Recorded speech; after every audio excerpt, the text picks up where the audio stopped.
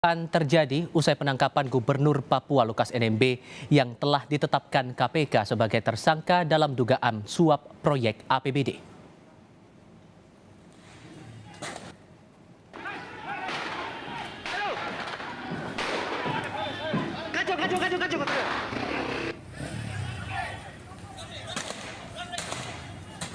Menyusul penangkapan Gubernur Papua oleh KPK, pendukung Lukas NMB bentrok dengan polisi di Jayapura. Pendukung NMB menggeruduk hingga depan Makobrimob Kota Raja dan menyerang polisi menggunakan batu. Selama kericuhan berlangsung, terdengar bunyi tembakan dan lemparan gas air mata.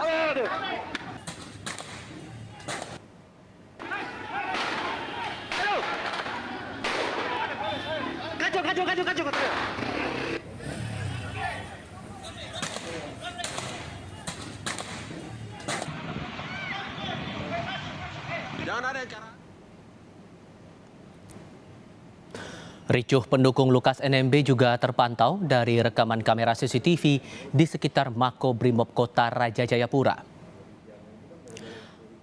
Anggota Brimob tampak mengamankan beberapa pendukung Lukas NMB yang mengamuk di depan gerbang Mako. Selain menggunakan tameng, personel Brimob juga menembakkan gas air mata untuk menghalau massa. Akibat ricuh, lalu lintas sempat terganggu dan pertokoan terpaksa tutup.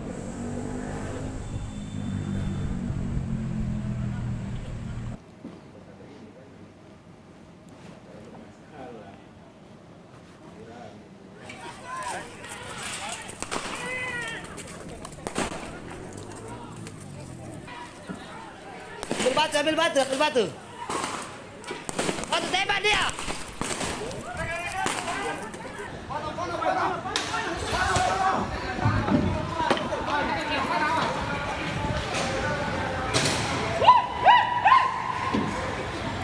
Tidak hanya ricuh di depan Makobrimob Kota Raja, kericuhan usai penangkapan Lukas NMB juga terjadi di sekitar Bandara Sentani Jayapura. Bunyi tembakan peringatan terdengar saat polisi berupaya menghalau pendukung NMB yang hendak merangsek ke area bandara. Lukas NMB diterbangkan dari Bandara Sentani menuju Jakarta setelah ditangkap pada Selasa siang.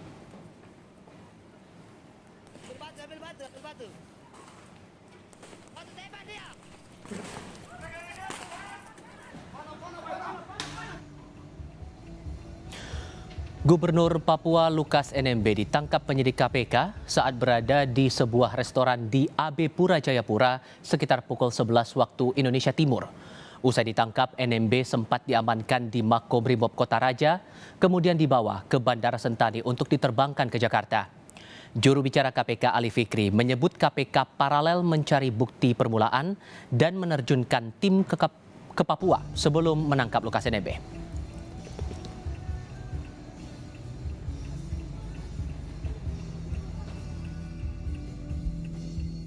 Bahwa ternyata tersangka LE ini muncul di ruang publik, gitu kan, untuk meresmikan beberapa proyek di pemerintahan Provinsi Papua. Nah, tentu ini kan kami sayangkan informasi dan data yang disampaikan oleh penasehat hukum. Maka kami ikuti betul bagaimana kemudian pemberitaan ini muncul dan termasuk faktual yang ada terhadap keberadaan dari tersangka LE. Jadi tidak berhenti ketika dalam proses penyidikan ada bukti permulaan itu dianggap cukup, tidak. Tetapi justru dari bukti permulaan itulah terus kami kembangkan dengan mengumpulkan alat bukti.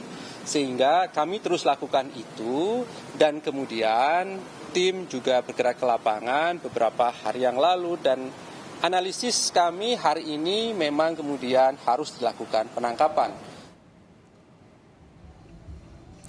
Atas penangkapan kliennya, kuasa hukum Lukas NMB menyebut tetap menghormati hukum. Namun, kuasa hukum meminta KPK memerhatikan betul kesehatan Gubernur Lukas NMB.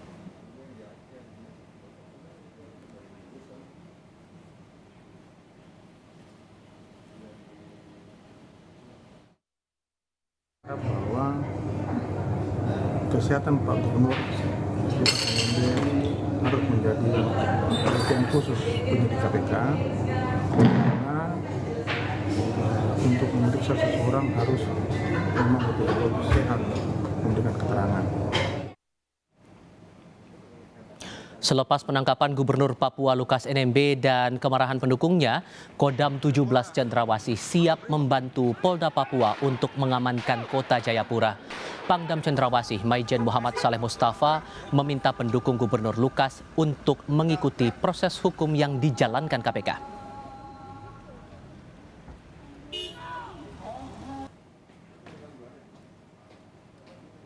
Dalam hal ini akan membantu Polda untuk mengamankan situasi yang ada di Jayapura agar situasi kondusif yang ada di Jayapura ini tetap terwujud. Kami berharap semua masyarakat khususnya pihak-pihak yang merasa tidak nyaman dan merasa terganggu atau terusik dengan ditangkapnya beliau, saya berharap agar sabar. Mari kita sama-sama menunggu proses hukum yang dilakukan. Kita tinjau perkembangan terkini pasca penangkapan Lukas NMB dan saatnya kita bergabung dengan jurnalis Kompas TV Vindi Rahmeni di Jayapura, Papua. Dan nanti kita juga akan bergabung dengan Dian Silitongai saat ini berada di Gedung Merah Putih KPK Jakarta. Saya mau ke Vindi dulu. Vindi, sudah dipastikankah kondisi Jayapura saat ini pasca penangkapan Gubernur Lukas kondusif? Ya, selamat malam Tifal dan juga saudara. Memang pasca penangkapan terhadap Gubernur Papua Lukas NMB pada siang tadi memang memicu amarah dari pendukung maupun simpatisan Gubernur Lukas NMB ini sehingga terjadi kericuhan antara masyarakat pendukung dengan aparat BRIMOB yang ada di Kota Jayapura. Kejadian pertama memang terjadi di markas BRIMOB Polda Papua, di mana pasca penangkapan dan gubernur diamankan di Mako BRIMOB ini sekelompok masyarakat pendukung datang ke Mako BRIMOB dan melakukan penyerangan seperti itu sehingga terjadi kericuhan dan akhirnya dibubarkan oleh massa menggunakan gas air mata. Setelah gubernur dibawa dari Mako BRIMOB ini di bandara, ratusan massa pendukung juga kembali berupaya untuk menghadang proses penegakan hukum yang dilakukan oleh Komisi Pemberantasan Korupsi, di mana ratusan masyarakat pendukung ini berupaya untuk masuk ke bandara atau landasan bandara Sentana ini untuk mencegah KPK membawa gubernur ke Jakarta. Namun lagi-lagi tim gabungan TNI Polri yang sudah disiagakan di bandara berhasil menghalau atau memukul mundur masyarakat yang berupaya masuk ke bandara. Dan sekitar pukul 16.30 waktu Indonesia Timur tadi, situasi di Kota Jayapura maupun Kabupaten Jayapura hingga saat ini sudah berangsur kondusif, di mana yang tadinya sejumlah kantor pemerintah, kantor swasta dan juga pertokoan yang ada di Kota dan Kabupaten Jayapura sempat tutup tadi siang, akhirnya sudah dibuka dan dari pantauan kami hingga saat ini situasi sudah berangsur kondusif, masyarakat sudah beraktivitas seperti biasanya. Singkat saja, apakah kemudian selepas kerusuhan yang terjadi di sana, adakah titik-titik vital yang mungkin bakal diamankan lebih ketat untuk ke depannya? Ya, dari keterangan yang kami dapatkan dari pihak kepolisian, baik Kapolres Jayapura maupun Kapolres Jayapura mengatakan bahwa pasca penangkapan terhadap Gubernur Lukas NMB, memang akan ada pengamanan yang dilakukan oleh para kepolisian TNI dari Kodam 17 Cendrawasih. Ada beberapa titik yang menjadi perhatian, khususnya fasilitas-fasilitas ini.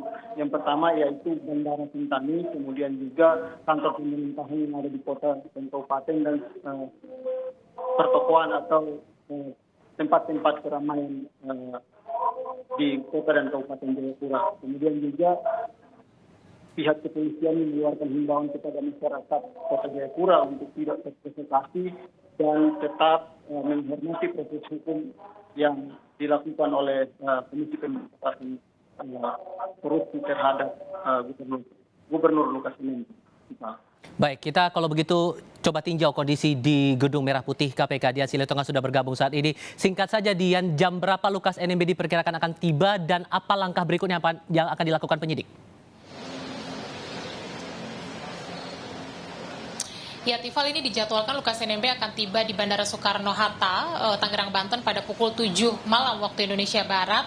Dan saat ini sudah sekitar harusnya 25 menit yang lalu Lukas NMB sudah diberangkatkan dari Bandara Samratulangi Manado, karena informasi dari KPK, tim KPK bersama dengan Gubernur Papua Lukas NMB ini akan berangkat dari Manado pada pukul 16.45 waktu Indonesia Tengah. Artinya seperti yang saya sampaikan sudah 25 menit waktu Indonesia Barat yang lalu berangkat menuju Bandara Soekarno-Hatta. Tentu saja nanti akan langsung dibawa ke Gedung Merah Putih KPK, dan tadi informasi dari Kepala Bagian Pemberitaan KPK Ali Fikri menyampaikan Lukas NMB setibanya di Gedung Merah Putih KPK akan terlebih dahulu diperiksa lebih lanjut begitu, untuk nanti dianalisa apakah memungkinkan untuk langsung dilakukan penahanan. Seperti yang kita tahu, Tifal, bahwa memang upaya penangkapan NMB hari ini dilakukan oleh KPK setelah beragam upaya yang sebelumnya sudah dilakukan oleh KPK, mulai dari memanggil Lukas NMB untuk diperiksa sebagai tersangka di Gedung Merah Putih KPK pada 12 September yang lalu tetapi mangkir. Kemudian juga KPK jemput bola memeriksa Lukas NMB ke Jayapura pada awal November yang lalu. Dan kemudian juga Ali Fikri mengkonfirmasi penangkapan Lukas NMB hari ini berdasarkan analisa kondisi yang sudah dilakukan oleh penyidik. Ini juga mempertimbangkan kondisi kesehatan Lukas NMB yang dinilai stabil, karena pada beberapa waktu yang lalu justru ada fakta Lukas NMB ini mampu untuk menghadiri peresmian sejumlah proyek di Provinsi Papua. Presiden Joko Widodo juga angkat bicara soal penangkapan NMB hari ini. Presiden mengatakan bahwa tentu KPK sudah memiliki alasan yang kuat untuk melakukan penangkapan terhadap Gubernur Papua, dan ini membuktikan bahwa semua sama di mata hukum. Kita akan dengarkan pernyataan dari Presiden Joko Widodo berikut ini. Semua sama di mata hukum.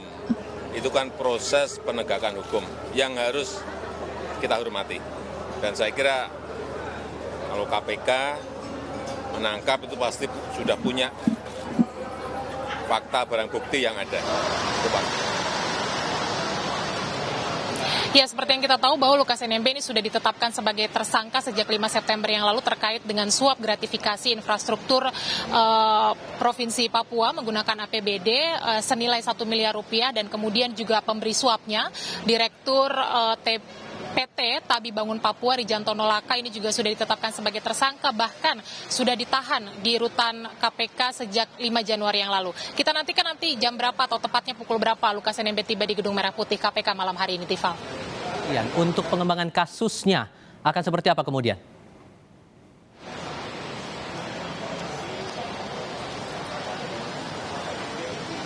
Ya, seperti yang saya sampaikan tadi, Lukas NMB nantinya tentu setibanya di Jakarta ini akan dibawa ke Gedung Merah Putih KPK untuk kemudian diperiksa lebih lanjut. Itu yang dikatakan oleh Ali Fikri.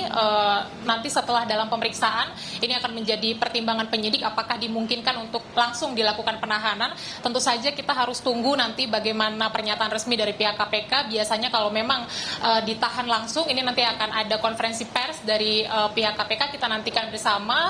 Tapi yang jelas sampai dengan saat ini kita masih sama-sama menunggu kedatangan dari Lukas NMB, dan nanti akan diperiksa berapa lama diperiksanya dan apa keputusan KPK. Tetapi yang jelas biasanya kalau sudah dilakukan upaya penangkapan paksa, follow up-nya atau tindak lanjutnya adalah dilakukan penahanan. Tentu saja kalau sudah berdasarkan alat bukti yang cukup menurut penyidik KPK. Sementara demikian, Tifal. Saya harus pastikan lagi, untuk keamanan di Gedung Merah Putih KPK, apakah ada pengetatan khusus di sana untuk saat ini? Kalau sampai dengan sore hari ini kami pantau tidak ada pengamanan khusus di Gedung Merah Putih KPK, tapi mungkin pengamanan khusus ini ada di titik-titik lain, mungkin seperti bandara penjemputan, tapi itu tentu harus dikonfirmasi lagi, Tifal. Tapi sampai dengan saat ini belum ada pengamanan khusus di Gedung Merah Putih KPK. Kita tidak tahu nanti mungkin pukul 7 atau pukul ketibaan Lukas NMB akan ada pengamanan yang khusus. Kita tentu akan pantau bersama, Tifal. Dari Gedung Merah Putih KPK, Dian Silitonga melaporkan. Sebelumnya dari Jayapura, Papua, Vindi Rahmedi melaporkan. Terima kasih teman-teman.